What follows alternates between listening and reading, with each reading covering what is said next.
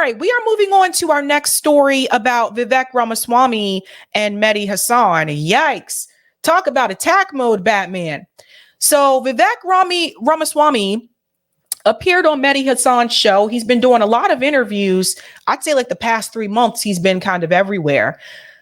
And you guys know how Mehdi Hasan can be, right? We see this with Matt Taibbi. We saw how he treated him. It's no different when Vivek Ramaswamy or any other person comes on there that is not a part of that Democrat establishment that Mehdi would approve of, right?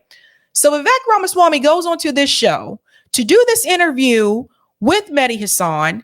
And I don't know if he was expecting this from Mehdi to be questioned about not just where he stands politically, but about his business dealings.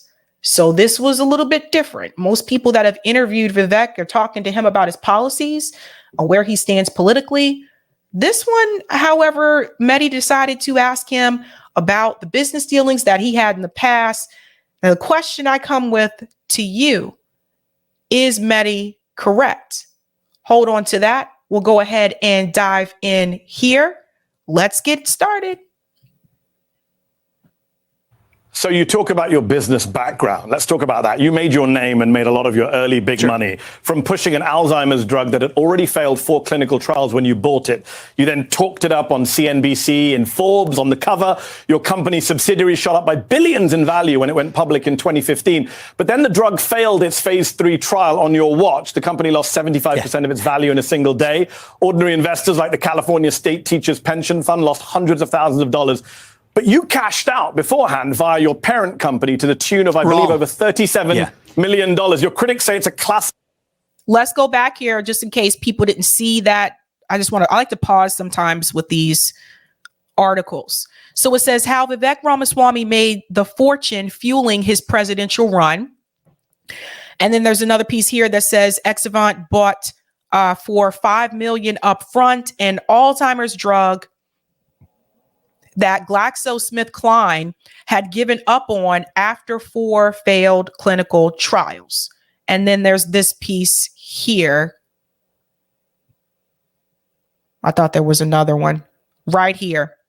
The California State Teachers Retirement System sold its stake months later when it was worth hundreds of thousands of dollars less than in the days leading up to the disappointing clinical trial news. So again, we have the California State Teachers Retirement System. So let's go back a little bit. That's something to pay attention to. Forbes on the cover. Your company's subsidiary shot up by billions in value when it went public in 2015. But then the drug failed its phase 3 trial on your watch. The company lost 75% of its value in a single day.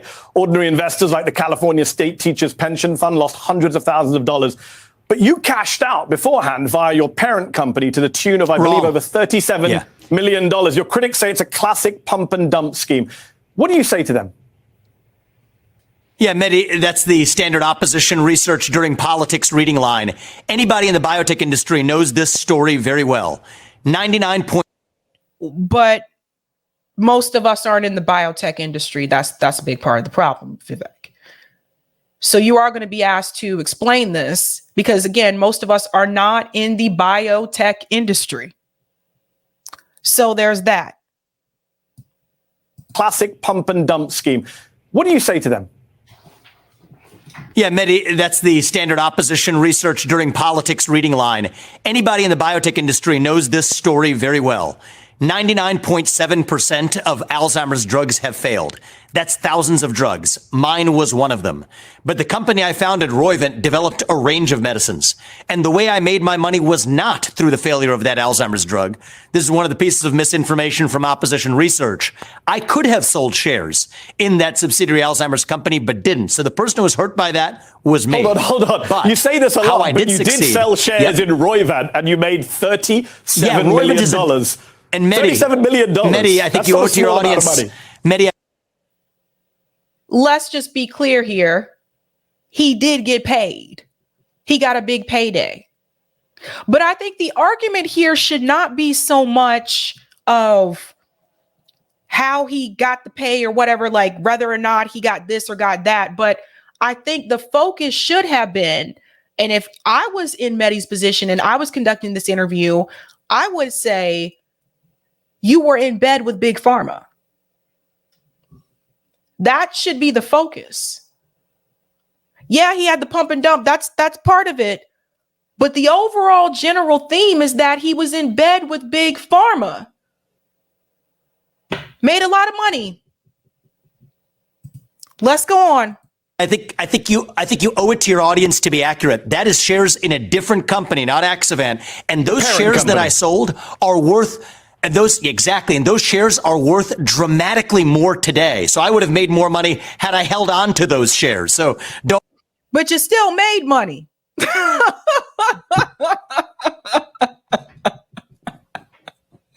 I would have made more money if I held on to those shares. You still got paid at other people's expense.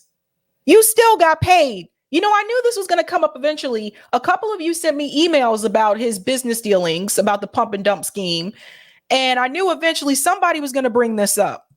Company, not Accusation. And those shares that I sold are worth, and those shares are worth dramatically more today. So I would have made more money had I held on to those shares. So don't believe what the opposition research pervades through the media. It's not opposition research. We looked at your tax returns, which you very kindly have released. Yeah, exactly. And you made voluntarily released because I want to be transparent. You made 300 grand in 2014 on capital gains. In 2015, after the IPO of this Accusation, you made $37 million in capital gains. Yet others didn't make that kind of money. After Mehdi, give me a break.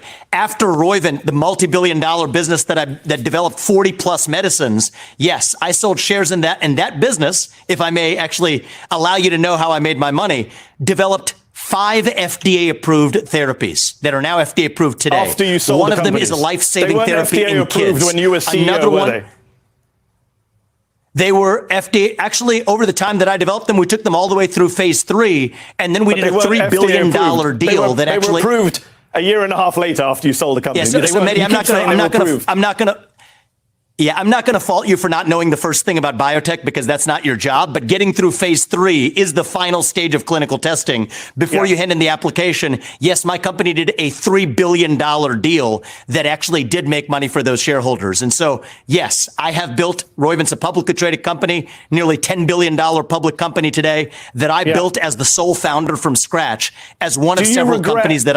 So again, I think the focus is off here. I think the focus should be you're running for president of the United States. You were in bed with Big Pharma. Probably could still be. I don't know. We got to check that. What's your position on healthcare in this country?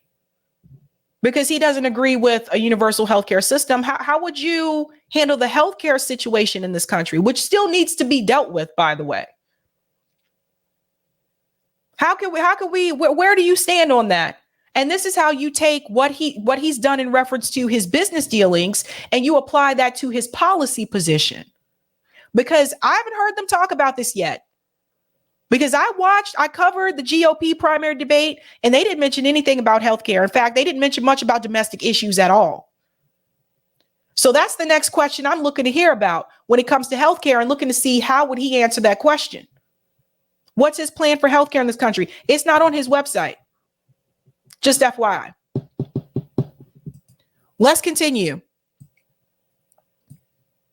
A public company today that I built as the sole founder from scratch as one of several companies that I've built. So yes, I have a business record that I'm proud of and will equip me to lead this country. You mentioned stage 3 trials. The Alzheimer's drug failed it after you did a lot of touting of it. You say 99.7% failed. You never said that at the time. Do you have any regrets about how you hyped that drug? I did say that.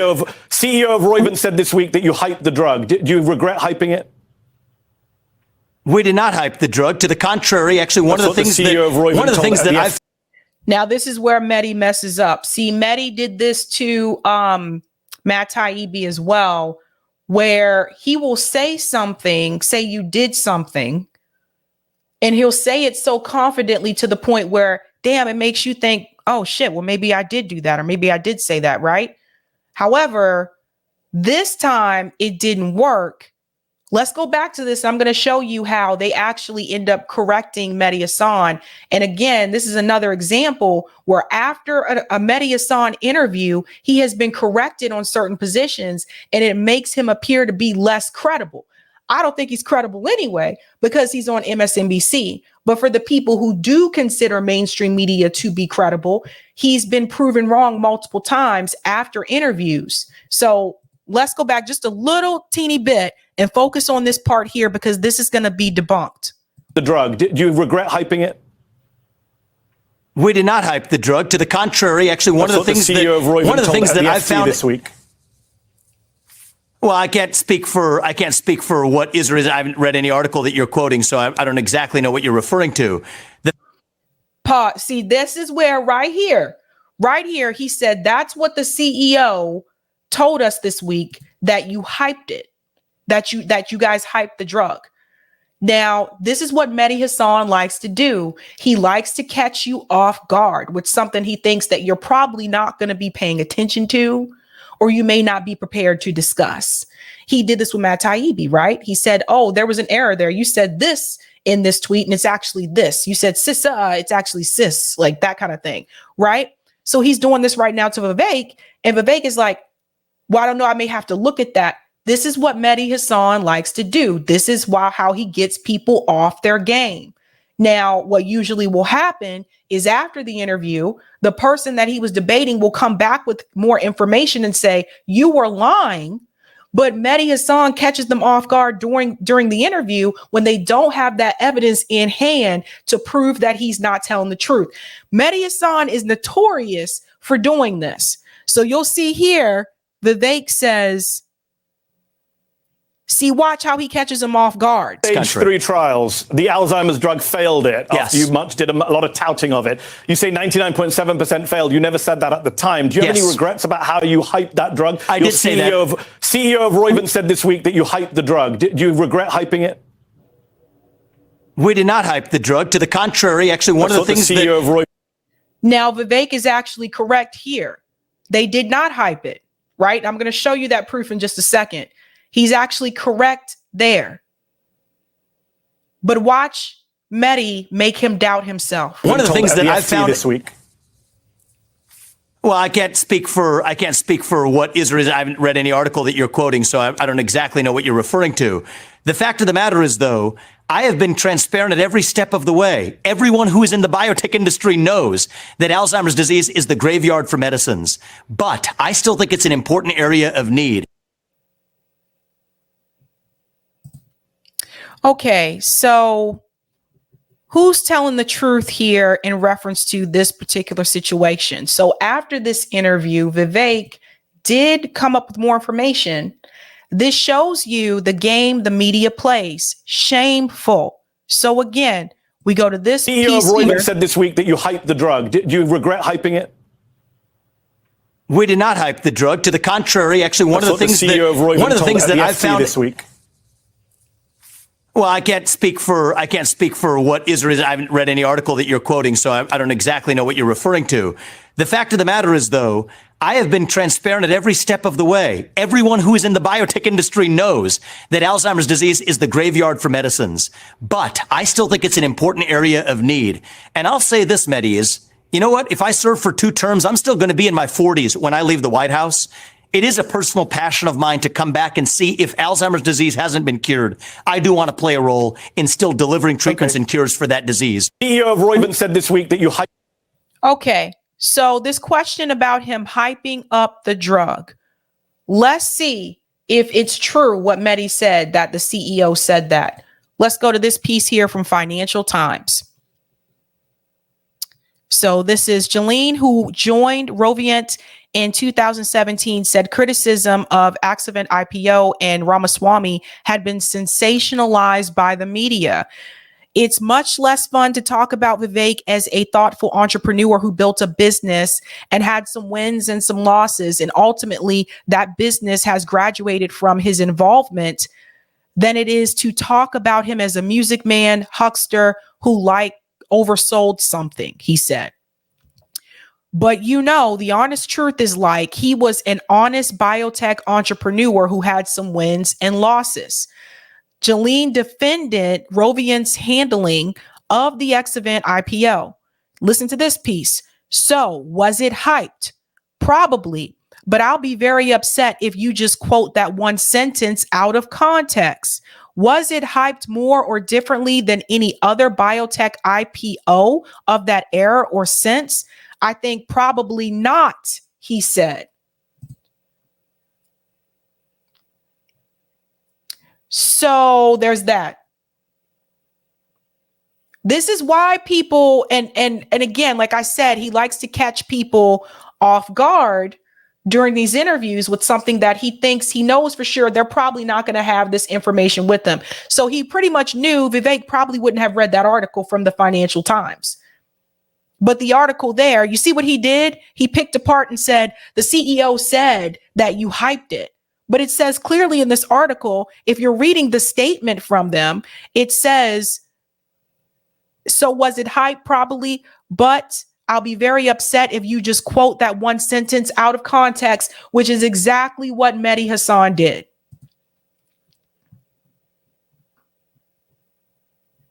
So this is why I still don't know why people like to go onto this show. That's funny. Patrick Lavelle has Vivek Ramaswamy's head on, I forget the woman's name. Remember the woman that was Olivia, what was her name? Elizabeth something. You guys know who I'm talking about. He put her head on her body. Avaton said Mehdi is the most shameless. Seba says pharma scammer. Anupa says the media is both friendly and unfriendly at times. But this is what Mehdi Hasan does. So it's just the media. Again, where would my focus have lied? My focus would have been on you basically, you were a part of Big Pharma. So what's your position on healthcare for people in this country? That would have been my position.